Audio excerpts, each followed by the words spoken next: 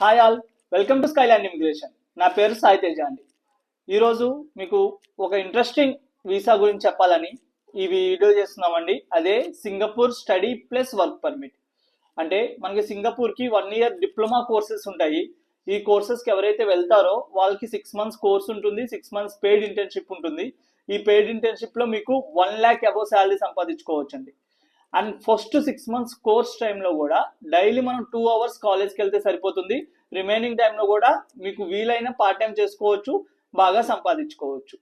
ఈ వీసాకి మేము ఎటువంటి పేమెంట్ ముందు తీసుకోవట్లేదండి. అంత పేమెంట్ ఆఫ్టర్ వీసా, అంటే మీకు వీసా సక్సెస్ వచ్చిన తర్వాతే మొత్తం పేమెంట్ అనేది మేము తీసుకుంటామండి. అది కూడా కాలేజ్ ఫీజు మాత్రమే తీసుకుంటాము, ఎందుకంటే మేము ఆల్రెడీ కాలేజ్తో టైఅప్ అయి ఉన్నాం కాబట్టి. జీరో ప్రాసెసింగ్ ఫీజు అండి, ఓన్లీ కాలేజ్ ఫీజు ఏదైతే ఉంటుందో అది మీరు మాకు పే చేస్తారు.